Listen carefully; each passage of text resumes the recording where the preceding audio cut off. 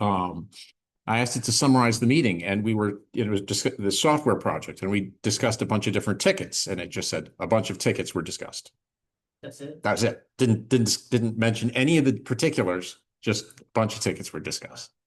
I But feel it's like an LLM would like to ramble a lot more. it normally would. I was expecting that too, but no. It was apparently trained to be brief. As you can get. Yeah, it was useless. Hey there. See, we got all kinds of people. I was getting worried there. It's the only one I eat. All right. Hey, now we're just missing one. All right. Um, okay, so this is what's on the screen here is irrelevant to you. This is a thing I'm participating in online that nobody cares about. Um, so I'm ready for your questions. Stump the professor. I have a question. Yes. This was with one of your code examples with futures. Okay. I forget exactly which one there was, but there was this bug you had that appeared when you define something as an integer, but not when Oh, yes. Yes. Or something like that. Yes. Could you explain why changing it from int to integer made that work again? Yes.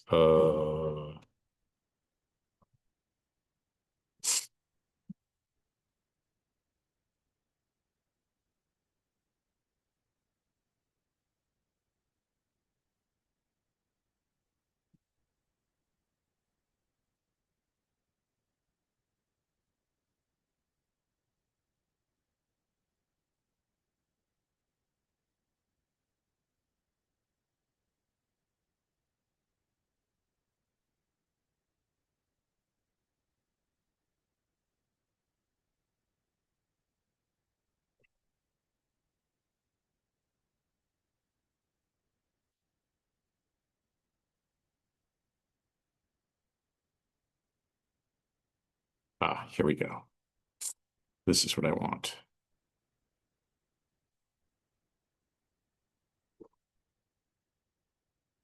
Uh,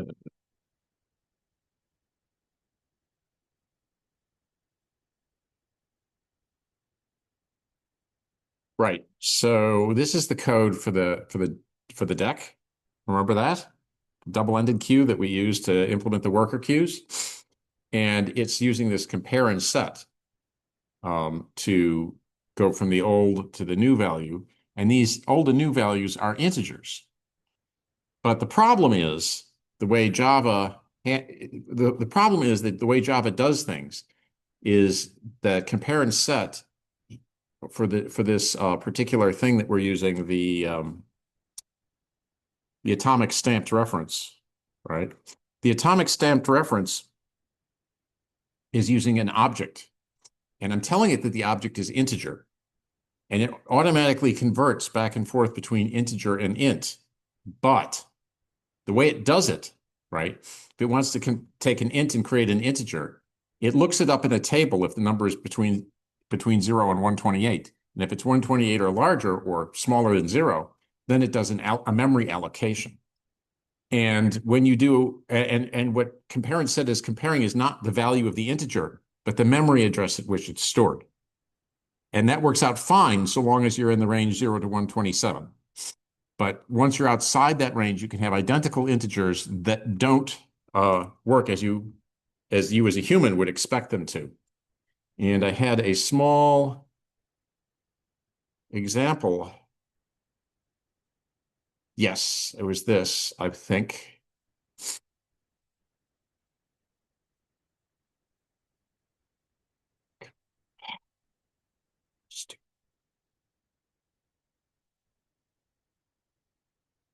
Right? I had this example where I did a compare and set of an atomic stamped reference. And with this particular example, the first two behave as you expect because the integers are in the range 0 to 127.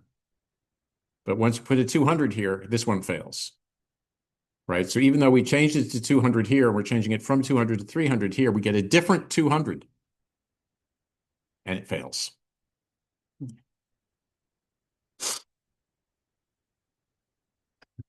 So the fix There are numerous ways to fix the problem with the deck, but one of the ways to fix it is to just replace int with integer so that it doesn't do this auto boxing and converting back and forth. It just keeps the value.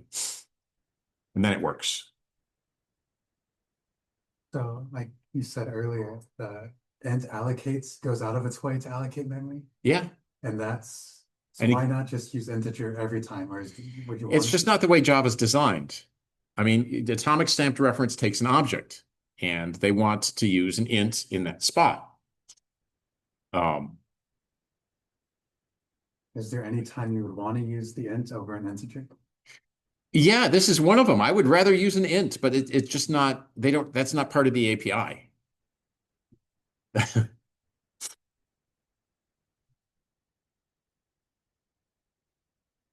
So it's one of the many design flaws in Java. I mean, Java's got a lot of good design decisions and a lot of good things about it, but it's also got some really awful things, and this is one of them. What's so awful about this is you encounter it, but rarely. And whenever you do encounter it, it makes you want to scream. Okay, we now turn this over to Reagan, our regularly scheduled host. Got like 2 pages of questions. I feel like you're gonna cover all of Can you define fault tolerance? Do you have a context for me? Like what? Chapter 5, which is the relative power of synchronization operations. Right. Well, I don't recall using fault tolerance in that chapter, but the idea is, I mean, with consensus algorithms, is they have to continue to work if one of the threads just stops, just ceases to do anything.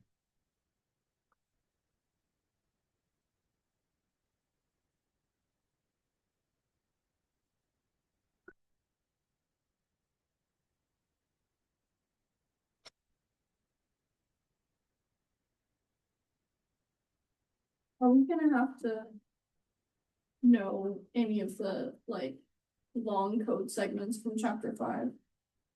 Long code segments from chapter. There's code for a 2-thread wait-free queue, and there's a lot of other longer code snippets. 2-thread wait-free queue. Well, that one, the 2-thread wait-free queue, I would think that you would know. That's not terribly long, right?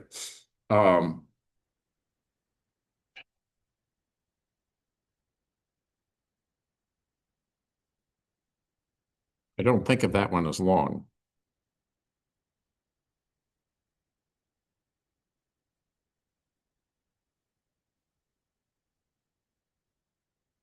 What? What? What's going on?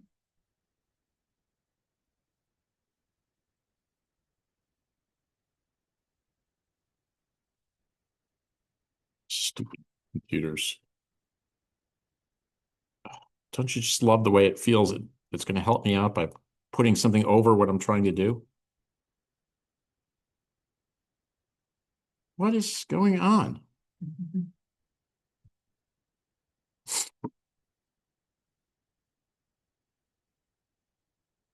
it. Yeah. Can you define the difference between consistency versus validity for consensus? Hold on.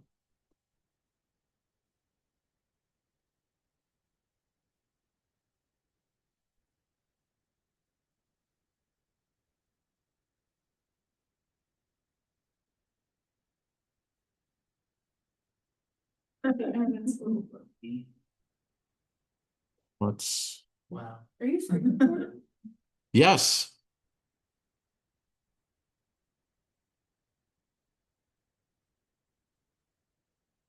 All my browsers are dying. That's really pleasant.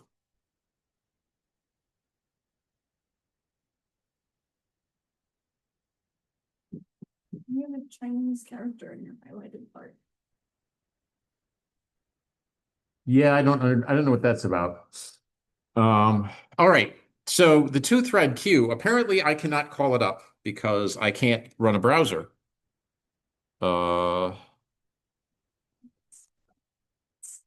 chapter 5, slide 13.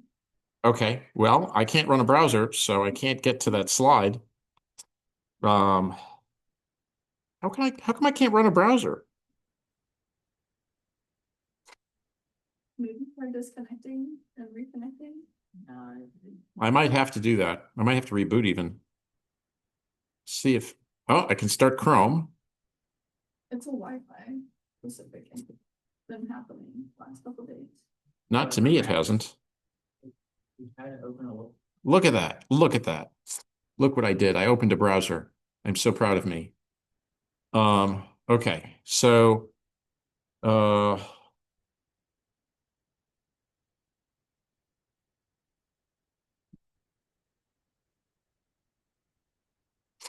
want to say it's like one of the first examples in the book.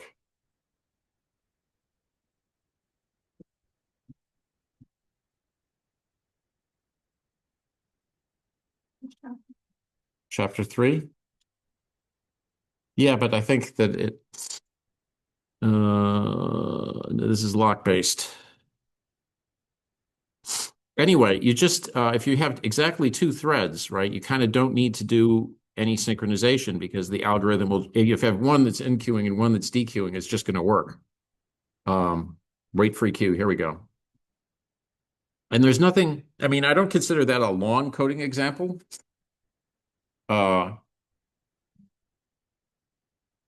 Each of the methods, I mean, the longest method there is 5 lines. And basically, you know, we check to see if it's empty. I mean, you know, when you go to DQ, we check to see if it's empty, you throw an exception. If not, you just get the thing, right? And increment head. And if it's, and then for NQ, if it's full, you throw the exception. And if it's not, you just put things at the end and increment the tail. That's all there is to it. I think it would be reasonable. And the point is, I mean, the reason that this works is because one thread is modifying tail and the other one is modifying head, and neither one of them is trying to, you don't have anything that both of them are modifying. So that's what makes the magic happen. Okay. So the difference between consistency and validity in consensus. So I don't remember specifically using the term validity there. Can you give me a slide or a context? Slide. All right. The way it's worded, it's just maybe. Yeah. I'll take a look and I'll see if I can clarify it for you.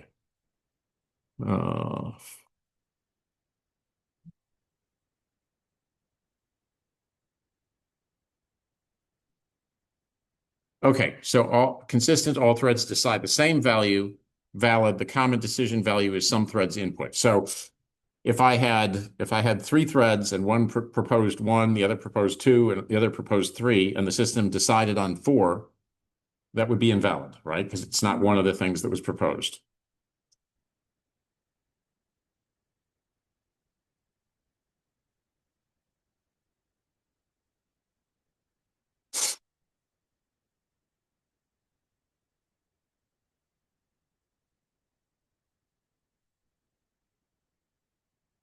But that's not like a special terminology I'm going to quiz you on. Do we need to know the whole bivalent and univalent thing? No. That was supposed to help you make sense of the whole consistency question. Yes, Tristan. So like get set would be something that would be able to solve inconsistencies. So you can use get and set to solve consensus, but what's the maximum consensus you can solve with it? 2, right? Why is it only 2? Is it because Because what happens is if imagine you have 3 threads, okay? And you've got A and B. And A A does a get and set and puts its thread value in, its thread ID in, and then B does a get and set and put its thread ID in. Now, both of those threads know, so the first thread knows that it went first because it got like -1 back, and that means that nothing was there. The second thread, when it gets back, the other thread's ID, it knows that thread moved before it. But if I try to put a third thread in there, imagine the third thread is now looking at the system. How can it tell that A moved before B? Right? Because the information gets erased. So if thread 0 moves and puts a 0 in, and then 1 puts it in, then thread 2 has no way of knowing whether 0 or 1 moved first, or whether 0 moved at all. It sees a 1 there. How does it know? Yeah, the question was, why can you only solve consensus 2 with get and set? You can solve any consensus with non-commuting operations. Mm-hmm. Yeah, the way I normally phrase it is 3 or more if you have non-commuting. It's usually going to be some approximation of infinity, but it depends, right? Like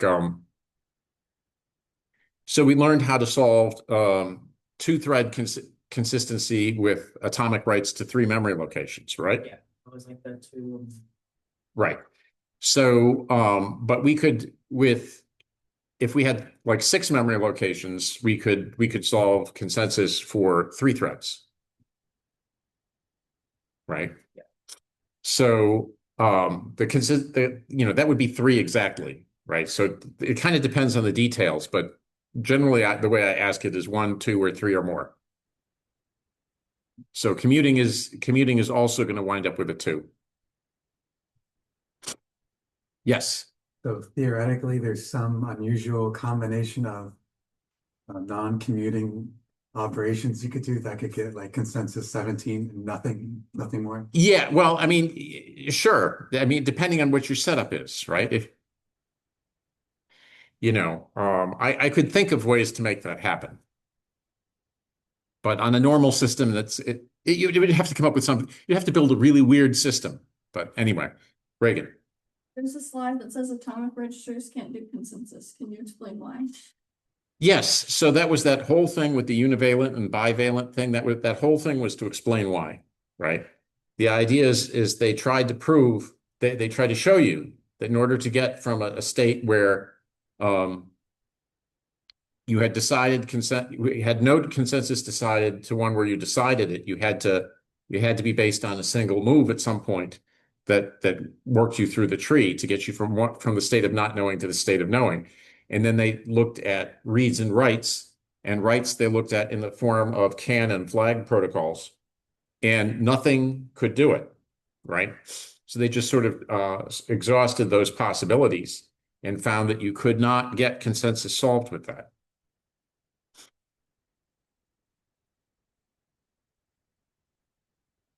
The atomic register is just like regular memory. Yeah, atomic register is just regular memory. I know it's a confusing term, but RMW is the thing that read, modify, write is the thing that enables higher consensus. Atomic registers just means, in the context of this book, this is something that was discussed in chapter 4, and I chose not to cover it this time because it's weird. The idea is they had in chapter 4 they have like safe and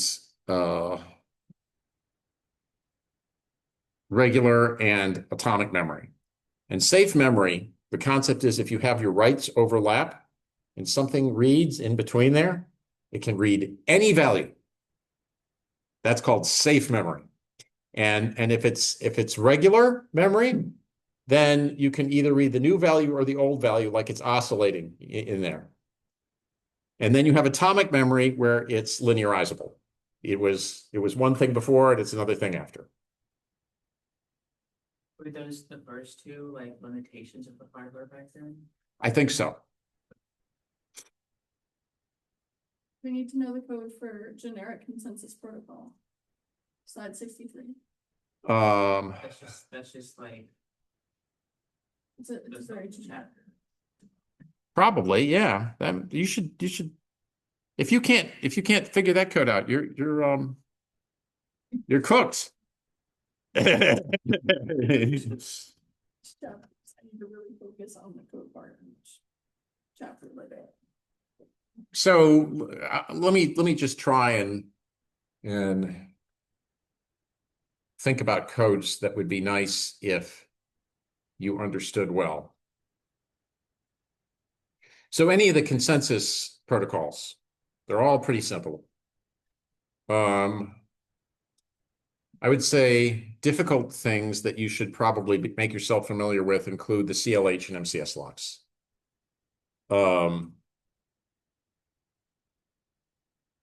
Bakery and The bakery and the filter locks, the Peterson lock, you should definitely understand the Peterson lock backwards and forwards, right? I should be able to mutate the Peterson lock and ask you a question, and you should be able to get it. As you've seen, this has been done to you already a couple of times.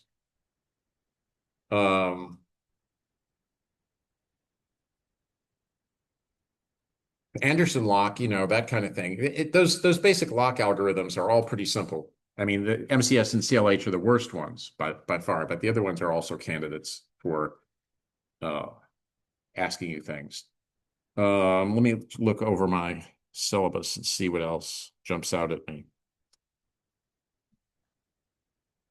Yeah, that's a good one. The red and black ball problem and the 3 memory location one, those are good ones.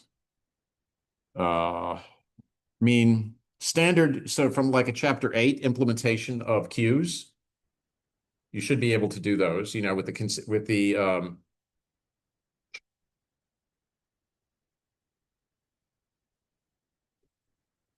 condition variables and so on, right? Huh. My phone thinks it's guiding me somewhere. Why does it think that? It's trying to give me directions. Why is it doing that? Stop.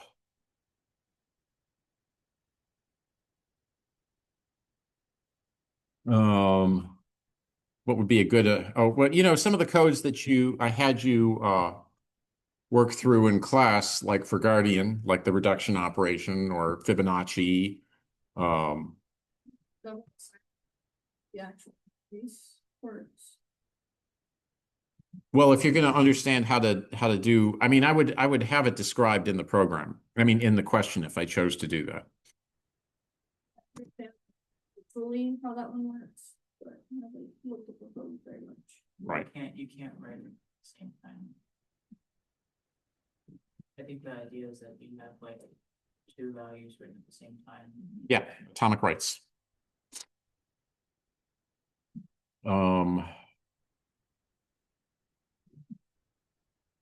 Next question.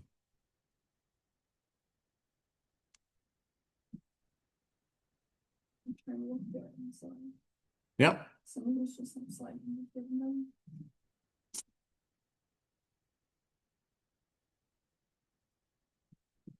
Did we know the code that makes compare and set work?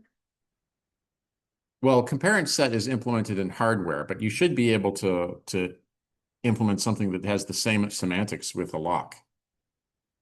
That should be easy. Of what chapter?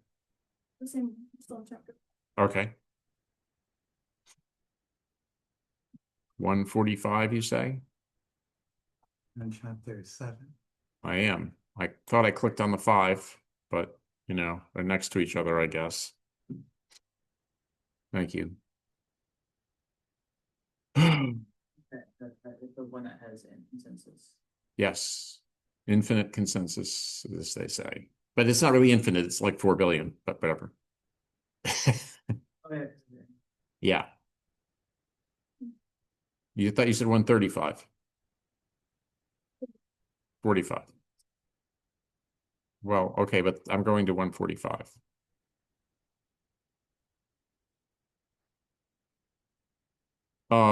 Yeah, I would say that you should be able to do that. That's just showing you how you could implement the semantics of a compare and set. Obviously, this wouldn't be the real compare and set, but it would give you similar behavior. The difference, of course, is that this is blocking. Right? Yeah, it's not. Hey, I realized something cool this morning. You know that two counter lock that I showed you guys? You can also make that do a semaphore. I didn't think of it before, but I think I did that. this? I don't think so. Like, I think it was differently than, it wasn't like wait free or anything like that. It didn't use a ton of language, but it definitely, Oh, you implemented a semaphore. yes. But this is a semaphore. So I took the two counter lock, right? And I was able to generalize it to a semaphore with a specified capacity. So I realized that I could just initialize this second counter and say, you know, while it's greater than the counter yield, right? And between this enter and exit method, you get an N, you get a fair semaphore. And it's the same exact overhead as the lock. And if you just want to use capacity 1 semaphore, that is the lock. Kind of lock, it's like,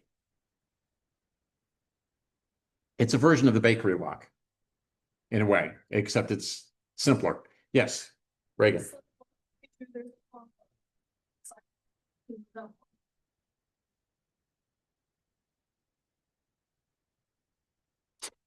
I'm not going to make you memorize that formula, no. Slide 158, there's a universal lock-free object. Do we need to know that? No. That formula, though, I'm not going to test you on it, but I think that for your own understanding, you should be able to derive it. I just think you should be able to understand how it was arrived at. That's my just life advice.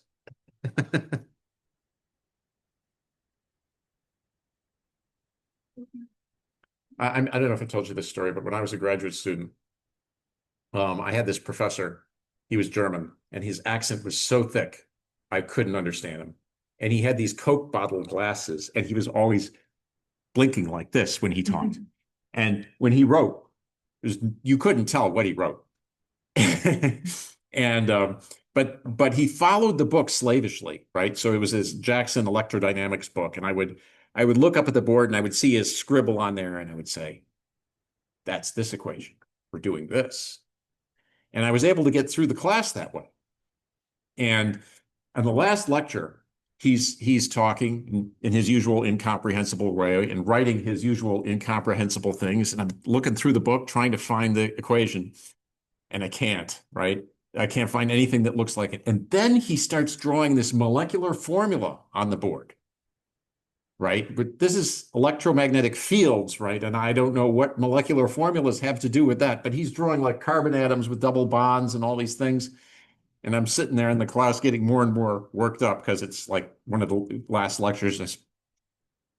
Is this on the test? No, this is my research. Oh my gosh, it was so relief.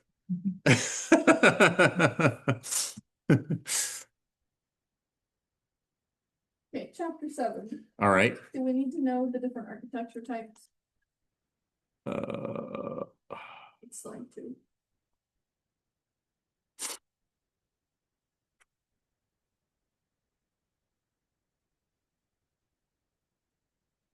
No, I'm not going to ask you that. But I mean, it's one of the things that you should. I mean, SIMD is a thing that you should be familiar with, right? That's vector units for vector processors.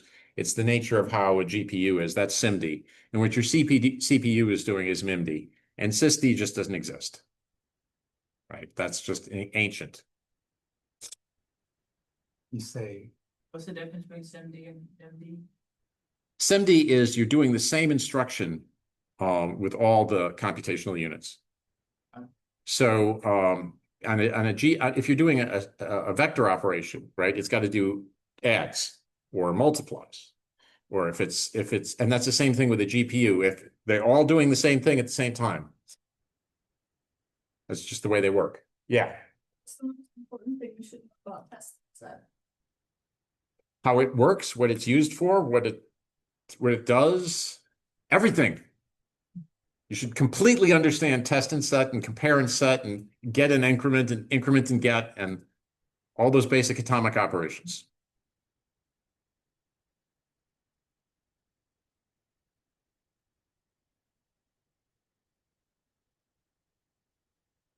Do we need to know the different base complexities? You're talking about what? Olivin. Need to know that stuff.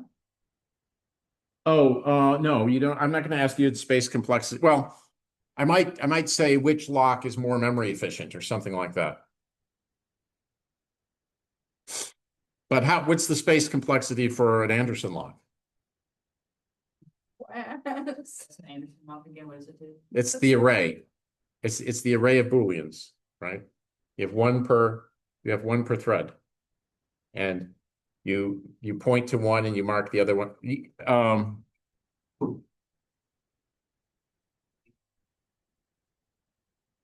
need to know anything about bus-based architecture. Yes, you should understand. So the thing, remember, this was the whole reason why we talked about the difference in behavior between the test and set and the test and set lock, right? And the back off lock. We talked about the architecture is where that's important. You should understand that. It's tricky to figure out how to ask a good question about it, but I'll try. Yes. Are we gonna have to use Master's theorem to do anything ourselves, to derive anything? If I want to make you I'm not gonna make you use the master theorem because I do everything closed notes and nobody can you have not been trained to use master theorem from memory, and nor do I think that's a good use of your neurons.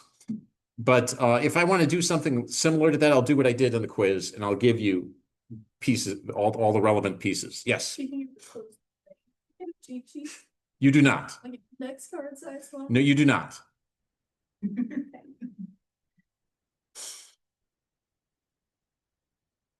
you explain cache coherence, please? Yeah, so what do you have the slides number for me? What? 48. Of which deck? Okay, yes, that makes sense. It would be 7. It's great that I don't have to remember these things because you know.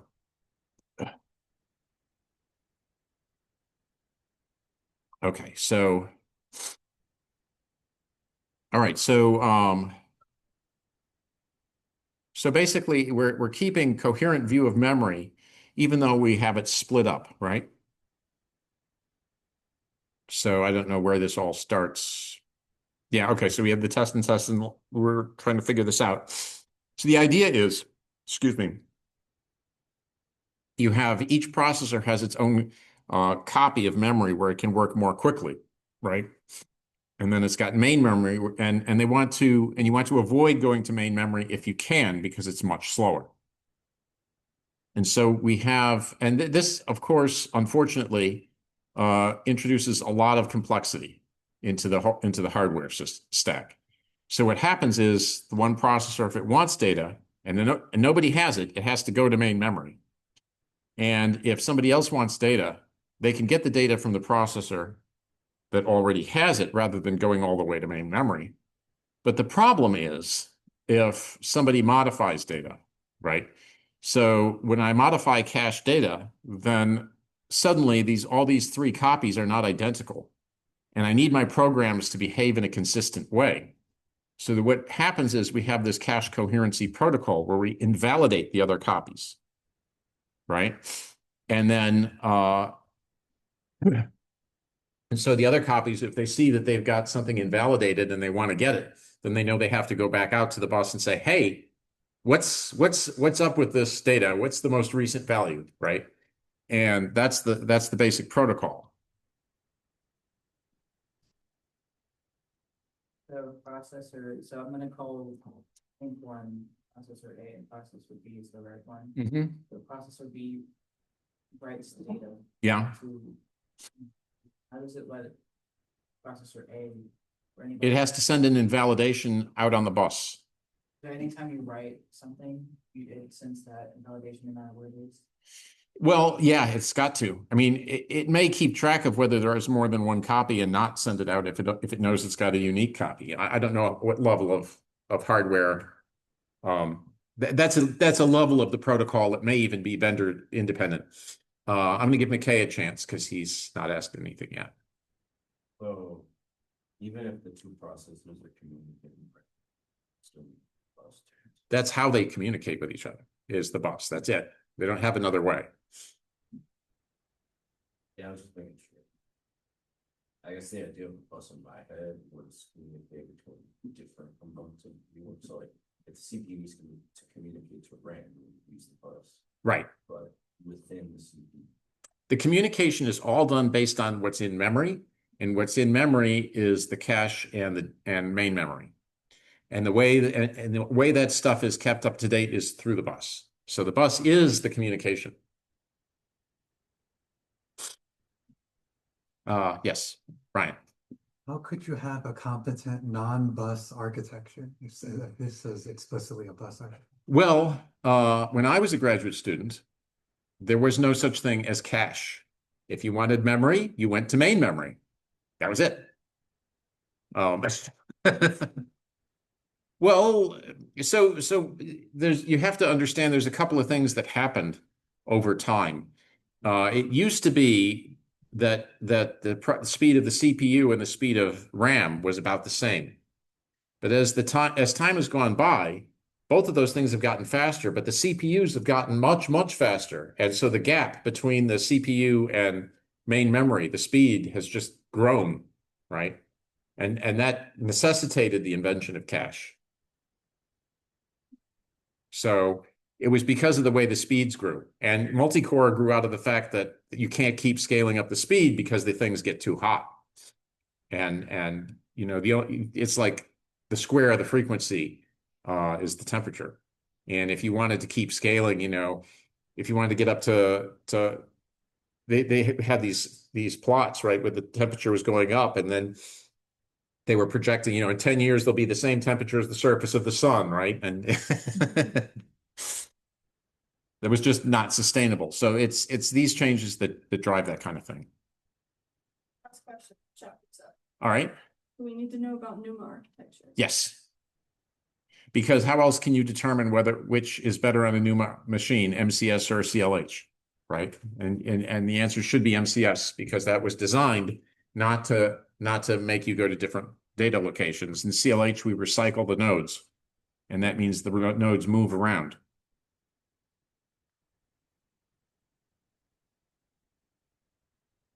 All right.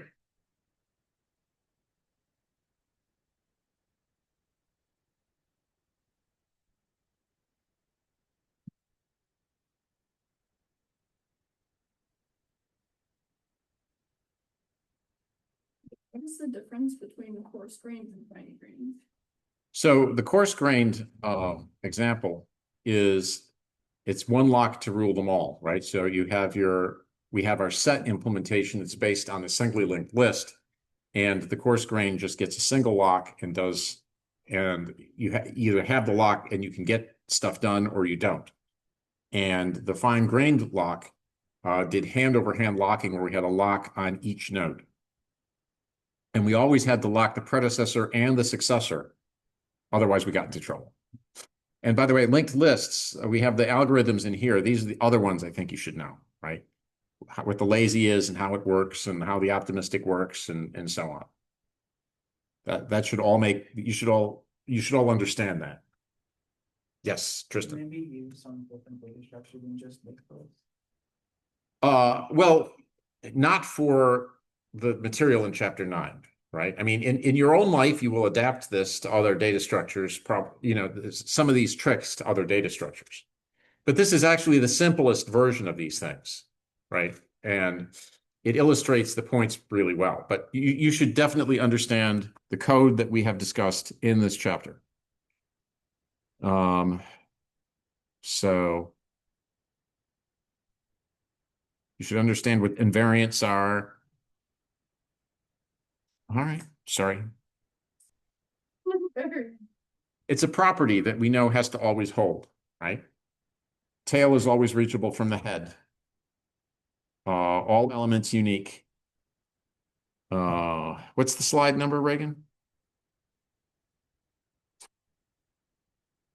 Yeah,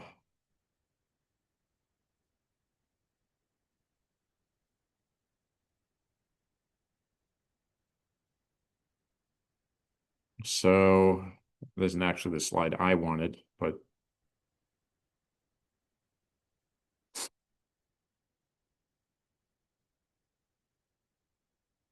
okay, yeah, so tail is reachable from the head. Each node is unique. Each node is in sorted order, right? Those are the invariants we had for the set. And you can have different invariants for all kinds of different things depending on what data structure you're implementing in life. Get my question. It's what is interference? What slide? 30.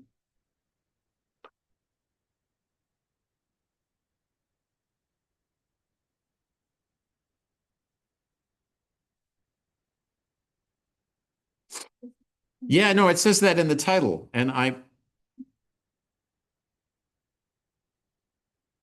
think it should say invariance. I think it's a typo. Yes. I thought interference was referring to, if code outside of what you've designed modifies your data structure.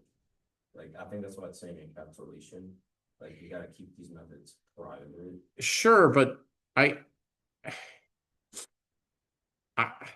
you know what I'm going to do is I'm going to change this right now. Well, I can fix both of them, but this is discussing invariance, and it's not. Oh, because I clicked on the read-only link. All right, so I won't change it right now, but it should. I think it would be better if it said invariance. And I'm sure that when I talked about these slides, I didn't even notice the title. I was looking at the words in the middle, and I didn't notice. But I think invariance is the word that should be there, right? Because that's what we're discussing. And yes, you could. I mean, I guess you could make interference make sense in a certain way, but it's not like a term of art. Just don't worry about that. One also has the quote typos and whereas like within the body as well. I'm sorry, what? Freedom from interference needed even for the weak nodes. What are you looking at? Slide. Oh, the next. Okay. All right. Yeah, I guess when they're saying interference, they're thinking of things that violate the invariance. Freedom of well, okay, so interference, I guess what they're saying is you have processes can interfere with each other's operations, right? So like we have examples that come later on where you have two threads that are each trying to remove a node. And if you implement if you do the naive thing and only lock one node at a time, right? Then even though you've locked everything, you can have lost operations because of the way they interfere with one another. But again, it's not like a term of art, right? It's not like consensus or weight free or something like that. Slide. Abstract data type. Okay. So this is just describing the list from a high level, right? So we have our abstract description of our list, which is just curly brackets with values in them that are all unique. And our concrete representation, which is this singly linked list with sentinel nodes. That's just high level, low level. Okay. What's the question? It's just the same thing kind of displayed differently. So the set of AB is represented in code by the sentinel followed by A, followed by B, followed by sentinel. Do we need to know about abstract data types? Well, you need to know, I mean, so you know, I think you do know about abstract data types.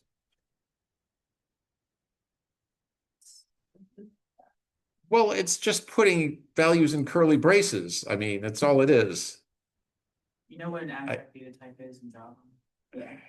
So It's just that like, but we're giving, it's like a linked list, and so a linked list just a set of values. it's just a way to implement this. I mean, there's nothing deep going on here. Are you raising your hand? Well, you can ask a question. When students do this, I don't know whether they're raising their hand or not. Okay.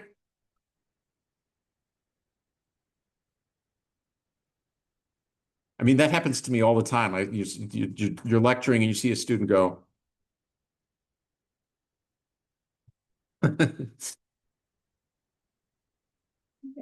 So. Hand over hand, I know we need to know like the implementation, Yeah. but is there anything else we need to know about it? I mean, you just need to understand how it works and why, we hold 2 locks instead of 1. And, this whole discussion we had around it, it should all make sense to you. You should have that understanding in your head, right? That one actually makes sense to me, it's just making sure there wasn't anything weird I needed to know. Yeah.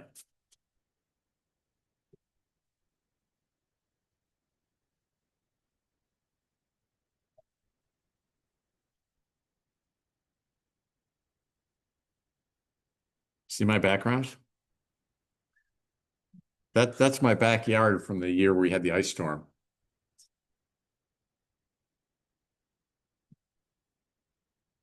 Not this year. Not this year. No, we did not have an ice storm this year. This was that you remember the big ice storm, right? Where every blade of grass was coated with its own little sheath of ice, and everything, and we lost power all over the place because the tree branches got covered with ice and they became heavy and broke off. Wasn't last year. Wasn't last year. I don't remember, but it was. I was I'm thinking of them, like, there was just a genuine blizzard. No, this isn't a blizzard. This is an ice storm. It's different.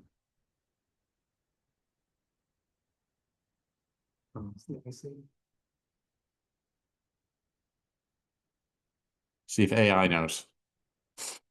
2021. Yeah, there was that one, and then there's the one that was like a bunch of snows. Yeah, a bunch of snow is one thing, but ice storms are totally different, right? It's freezing rain.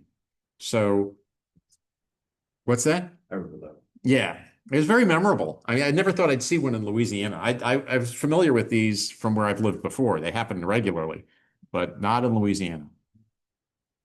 I've been here since 2005. I was here for Katrina.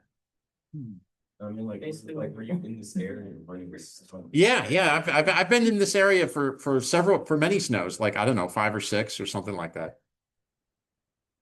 Where are you from? I grew up in New Jersey, and I went to graduate school in Illinois. Yeah, I woke up one morning in Illinois and I looked out the window at my thermometer. It said -30. My thermometer said minus. -30. Well, you get used to it if you live there, right? You do. I mean, I lived there and I was used to it and it didn't bother me. And then I moved down here and now it bothers me, but I'm sure if I moved back up there, it would stop bothering me. How did you end up in Louisiana from up there? Well, my former advisor was director of CCT down here and he offered me a job and I took it. So Yeah. chapter 16, we need to know matrix multiplication, like the details of it. Let me get back to that. So it depends on what you mean.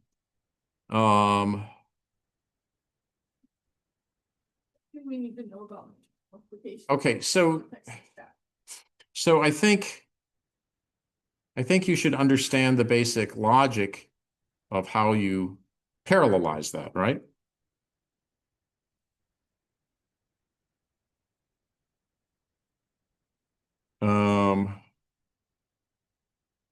So this divide and conquer parallelism that we use to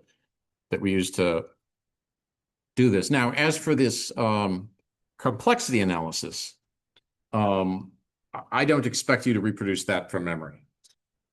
This complexity analysis is stuff I think you should, I had a quiz question about this, which I think everybody got right. And I could ask something similar to that again, but I would do it that way, right? When I don't let you have note cards, I did give you kind of cliff notes for this in the phrasing of the question, right?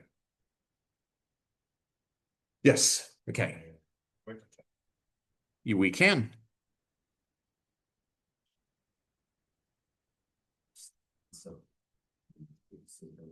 Yes. So I think generally, like coarse grain synchronization is whenever you have a bunch of threads working on a bunch of big tasks, and then you essentially. No, coarse grain is where you have one lock, so you have only one thread working on the thing at a time. So one thread works on a big chunk. Of the whole thing. You either have the lock or you don't. There's no. Fine grains. Yes. Yes. So what is optimistic synchronization? So what happens with optimistic, right, is rather than doing the hand over hand locking on the list, we walk through the list without locks and look for the place where we want to operate, whether it's an add or a remove. And once we find it, then we lock those nodes, the two nodes that we need to lock. And then we go back to the head of the list and we walk to make sure that we can still reach the two nodes that we locked. That's what optimistic does.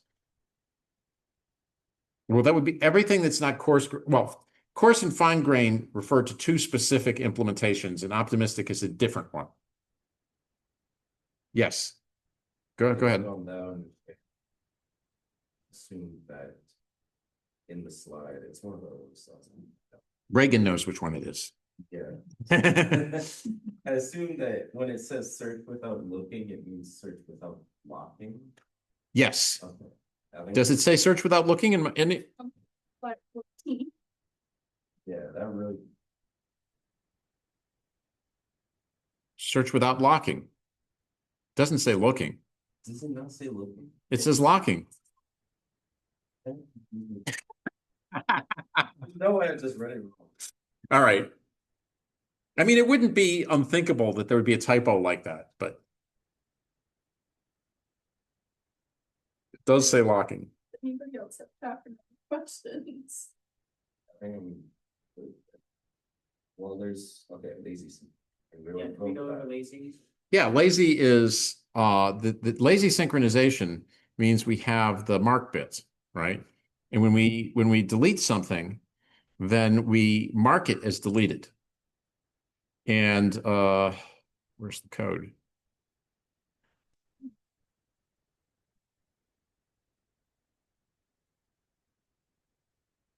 Do you know the slide number? 165. Okay, it would have taken me a while. Well, the core concepts knocked out. Yes, it's very helpful. Okay, so the idea is we're going to remove it lazily by marking it before we delete it, right? So we're going to have a marked bit on there. And what that does is it means that if we want to do what we did with the lazy list, with the optimistic one, right? We just go through there without locking. We find the place that we want to work on and we lock the two things. But now with the lazy list, we don't have to go back to the head and retrace because we've got this marked bit. So what we do is when we lock them, rather than retracing from the head, we just check that they're not marked because it means the same thing. Right? And if they're both not marked and that one still points to the next one, then we're golden. We can add or remove however we want. And that works because if the previous one is marked as deleted, we can't go to the next one. Right. You can't, yeah, that's right. If either of them are marked as deleted, you can't use that pair. And then you start over or whatever. So what happens if we can't do that? I'm guessing it just like says that it's deleted and just returns. Yeah, I mean, you could handle it a number of different ways, right? It's got a Boolean return value. You could just return fail, or you could start over from the head and try again. I don't remember what the code actually does, but either of those things, in my mind, would be a valid thing to do. Yes, okay. So if you're trying to check a node and it's marked as you just have Yeah, you just know. give up. Yeah, you have to. You know that you can't do an add or remove if one of those two nodes is deleted.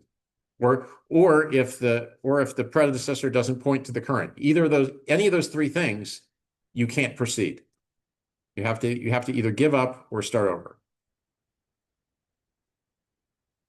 So in order to actually remove them, like if you're just doing a get operation would remove it, or how would that work? What?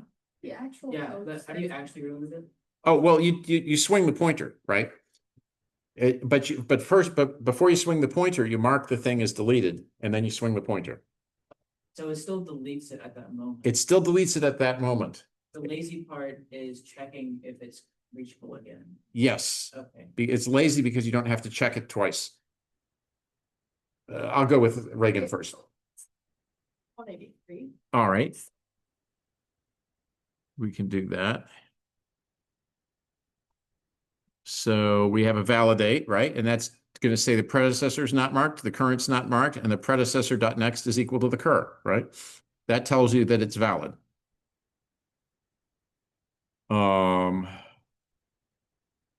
And so here's how the remove looks. So what they're going to do is, yeah, first they're going to find the thing, and then once they find the thing, they lock the predecessor in the current and they validate. And if the current is the key, then they're going to mark it, and then they're going to swing the predecessor to the current and return true. Otherwise, they're going to return false. Okay, so they're just going to give up. Right? What's your question, McKay? Is that supposed to be adding, I guess, sorted manner? Like Yes, it's got to add it in order. Yes, it's got to add it in the right place. So if you're trying to add to a certain spot, You just can't add, right? I guess add was first. No, maybe they just don't cover it in the slide. But it's basically very similar to the remove.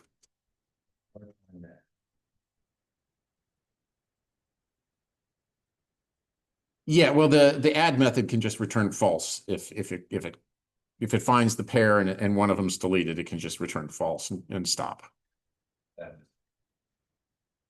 It wasn't successful. Yes, Ryan. If I recall, you prefer the lazy optimization over the lock-free one? It is my favorite.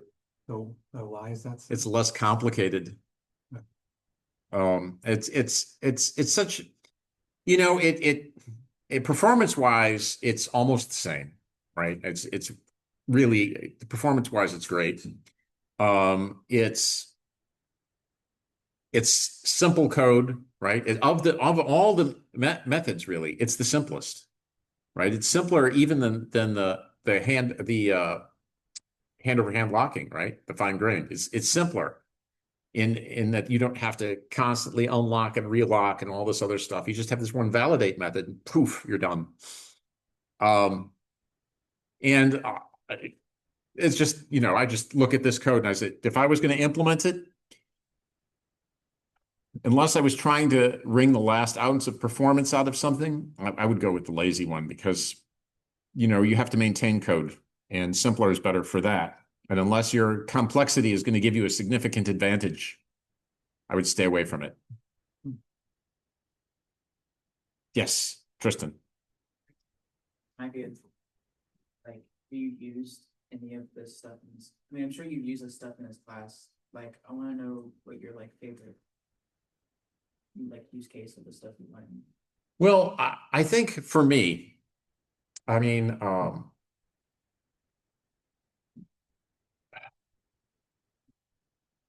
so I think I have used something similar to the marked bit in I can't tell you when or where, but I think I've used something similar to that. I've also coded something similar to the hand over hand locking and usually regretted it.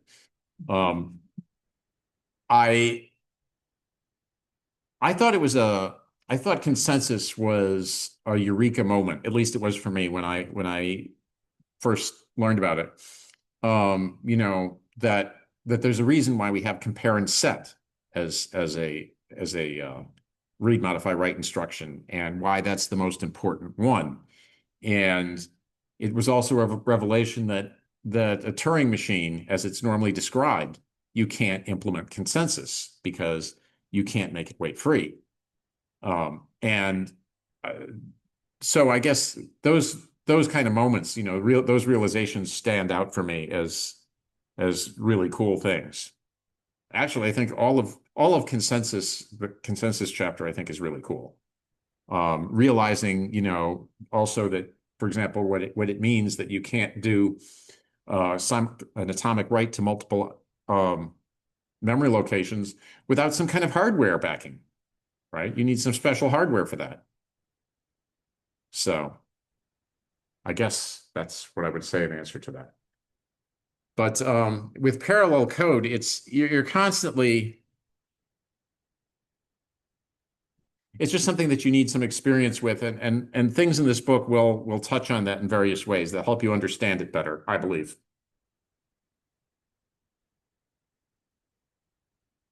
Next. Okay. So why are thread pools an abstraction? Well, the idea is with a thread pool, you don't worry about.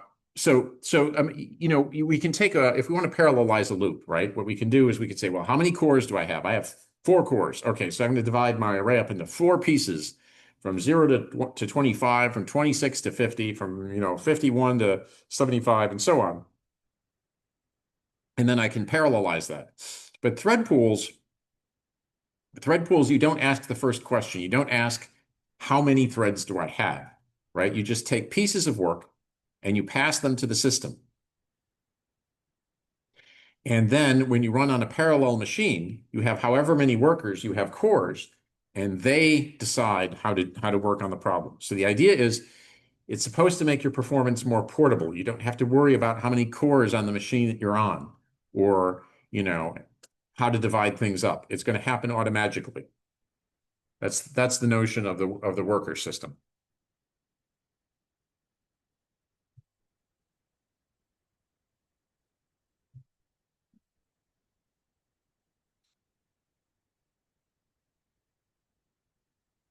Okay, so we need to know matrix addition. You should be able to add matrices. I don't understand. Which one? What are you looking at? Of?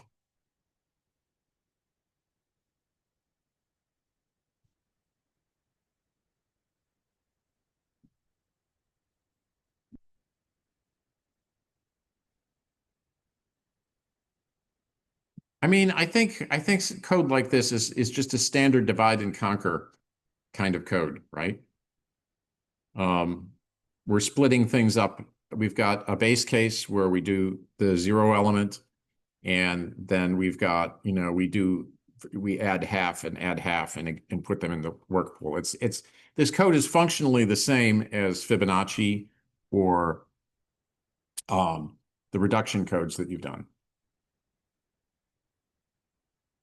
So you should understand that. Next question, do we need to know the Fibonacci? Yes. Do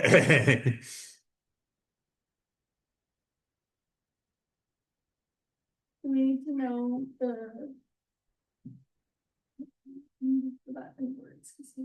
You're a computer science. You're going to need to know, your student, you'll need to know Fibonacci for every course you ever take. the DAG? Directed acyclic graph. Yes. We need to, Yes. Remember how we used it to calculate speedups? Yes, you have to know that. You had a quiz question on that even. Anything that you've had a quiz question on before, you have to know. Because I could even give you that same question. that would be much preferable. Well, there will be some questions that will be the same as questions you've already seen. I won't tell you which ones or how many there will be, but there will be. Maybe. So I lost some of my emails. Can you just post like all of the quiz answers? I can probably do that. I can probably do that. When was that 7, 8, and 9? 6 also? Okay, I should be able to send you out those things. You know what I do is I never empty my trash on my email. I have like 50,000 emails in there. It wasn't intentional. Okay.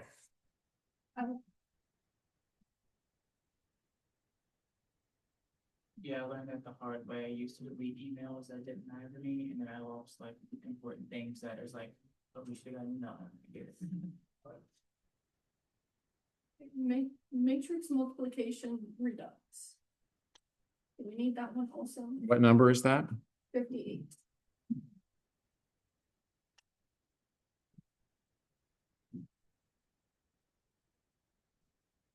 I mean,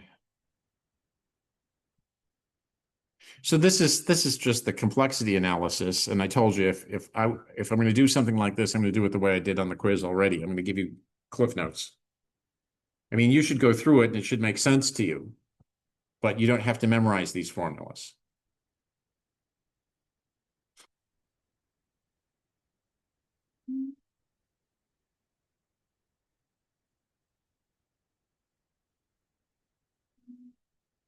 Line 71. What does this mean? There's like no words that go with it. Well, this is just giving you a picture of how things work. So you have tasks, which are just runnables, right? And you hand that to something, a work queue system. And that work queue system is going to interface to the hardware level threads, right? So if you've got 10 cores, you'll have 10 workers and it'll figure that stuff out. So it's just, your tasks, hardware, and then down to hardware threads. That's all it is. And there's, schedulers that are going in between here. So we have the scheduler that's scheduling it in the work queue, and then behind the scenes, the operating system and the hardware are doing kernel level scheduling. They're switching things in and out, right? That's all that is. And I assume we need to know the different work distributions. The work dealing, work stealing. Yes, you do.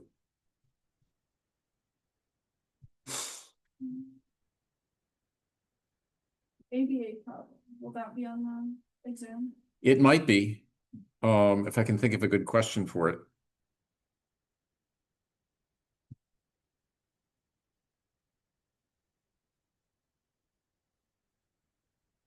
ABA problem is just something that you should know because it's something that does come up more than once, and you should just be kind of aware that it's a danger.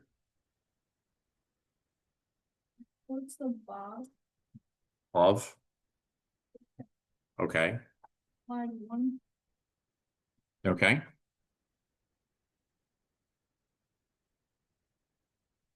There's like some Java code. I'm still getting there. Yeah, this is Fibonacci. You should definitely know this. Already up. Fine. So we have to know this version too, or is it? Well, I mean, so look, what is it that is difficult here? What we're doing is what we always do with these problems, right? So if we have our base case for Fibonacci, there's nothing complex there. We've got, we're going to take one of the two Fibonacci numbers and put it in the work queue so we can get parallelism. We're going to do the other one in the foreground, right? And then we're going to do a get method at the end so that we can combine the two values, right? Right. Yeah, you should understand. Yes, you should understand the differences. So let's see. So we have the first, is this the first one? All right, so we have that one. And then, 156. so what's the only thing different about this is the pool, I guess, right? Is that? Yeah, this one uses a fixed thread pool.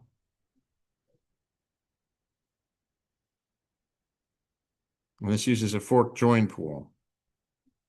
I guess that's the only difference. Am I missing something? I think that's all it is. And then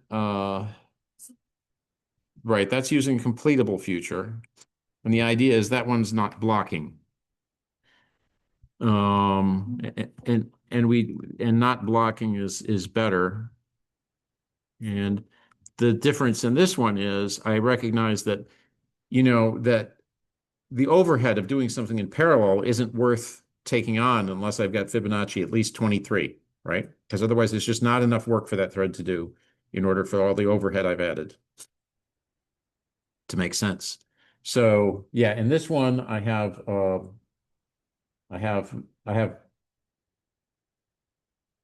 so if it's 2 or less, I have the answer. If it's 23 or less, I call the synchronous version of it. Otherwise, I call the supply async fut to get a completable future, and that's a long. And then I use the then combine to put them together. I don't know that I expect you to remember this particular detail of the API, but you should understand conceptually what's going on here. That in this code, I am not blocking, and I am paying attention to the amount of work I give to each thread.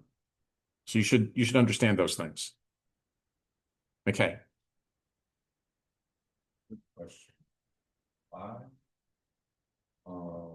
Only add one side to throw and then do one splitting, adding both to the one. Well, think about it this way, right?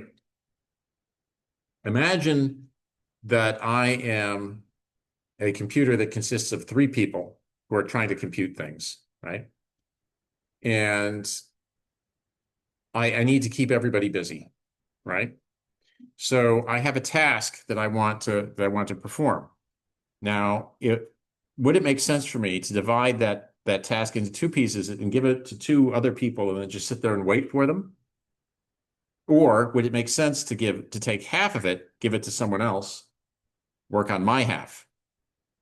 Right? That's the logic. Is the current thread is a thread that can do work, so I only need to farm out half of it. If I farm out 2 things, I'm creating unnecessary overhead, right? Because I'm creating I'm pushing things out to another thread, and then I just sit there and wait for them both. So it makes more sense to do it that way. Make sense? You look unconvinced. I think it's just, I don't know, I assume that because this I have a particular non-blocking, Mm-hmm. I just assume that this thread would always something. Yeah, right. The work queue system would figure out a way to make it do something, but the ceremony of doing the supply async fut, if you just did that a second time, it would just add a little bit of overhead and you wouldn't get anything for it. Tristan. That, like, they split the 2 tasks and hand them off to somebody else. That's the reason why, like, there's a limited amount of numbers you can go up to with the previous implementation. Mm-hmm. Like, why does it? Because in the previous implementations, we block with the get. And that means that once something calls get, it just stands there like this and does nothing until the other things finish. And if they all, and it can happen, right, that they all try to pass off work and stand there with their arms folded. And then you get blocked, you get deadlock. Yes. So with this non-block and then combine. Yes. When you're constantly queuing work on this thread. Yes. But, I guess the thread pool, like the scheduler, can assign this same thread that calling this function if it's not doing it. Yeah, I mean, you can imagine that the system, well, we even built a system like this in class, right? We have a work queue system with the pop top, pop bottom, push bottom. And the other threads are sitting around. If they've got nothing to do, they're going to be actively stealing. And so the work will get split up. This one like reaches the end of F call and it just has a bunch of things by, so it'll just start working on some of those. And the nice thing about this particular implementation, right, is not only will it parallelize well, and it will not block the work queues, but if you have a single thread that's a worker, it can run on that and it won't have a problem. Reagan. I need to know how to do futures in C++. I mean, I'm not going to quiz you on the syntax for it, but futures are futures.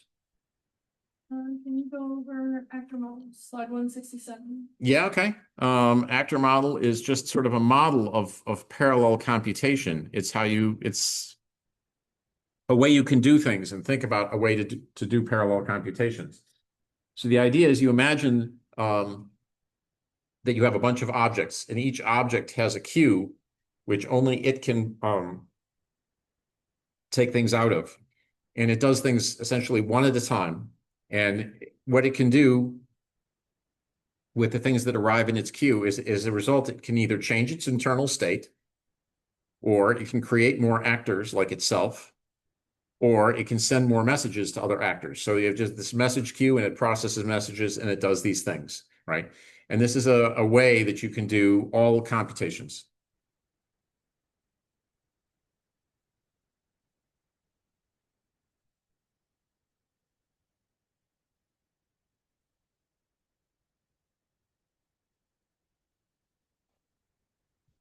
Well, 2 whole chapters that we're not gonna get through. You have 3 minutes. You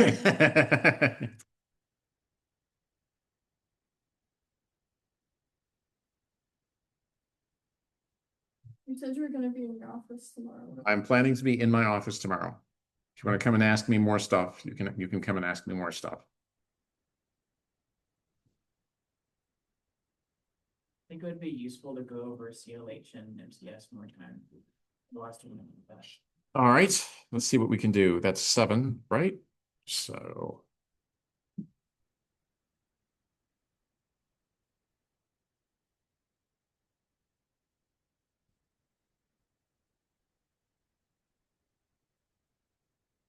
The Anderson lock is just a simpler version of the first two locks. actually, it's kind of like that. The Anderson lock has more memory overhead.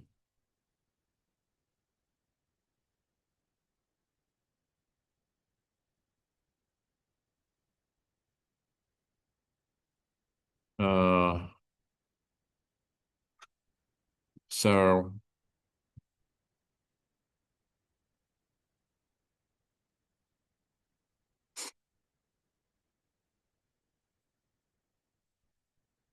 So in this case, how's my lock method going to work? I'm going to get my Q node, right? I'm going to mark it as locked. I'm going to get my predecessor with a get and set on the tail. All right. And then I'm going to set the predecessor. And then while the predecessor is locked, I'm just going to spin. So I'm finding out if somebody had the lock before me and if they're still using it. Right. And so that's all there is to getting that lock method.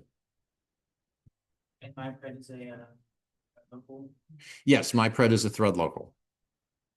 That's someone one, so you take it from like shared memory, but your memories of this thing. Yeah, so in this case, the way I've implemented, I have a final static thread local because only one thing has the lock, right? So it can work that way.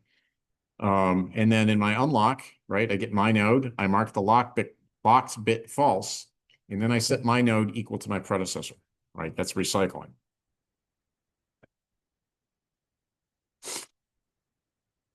And that's all there is to the CLH lock. So that's, so each one gets their own. Each one, yeah, but they have their own node, but they pass them around, right? Because of this last line. And The NPS one's like the. yeah, this one's more complicated, right? We do a tail. We do this part is kind of the same. We have to get the current node. We do a tail get and set. If the predecessor isn't null, then we set qnode.locked true. We set our own node locked, and then we're going to set the predecessor.next to point to our node, and we're just going to spin on our own node, right? And so that entails a little more complexity with the unlock.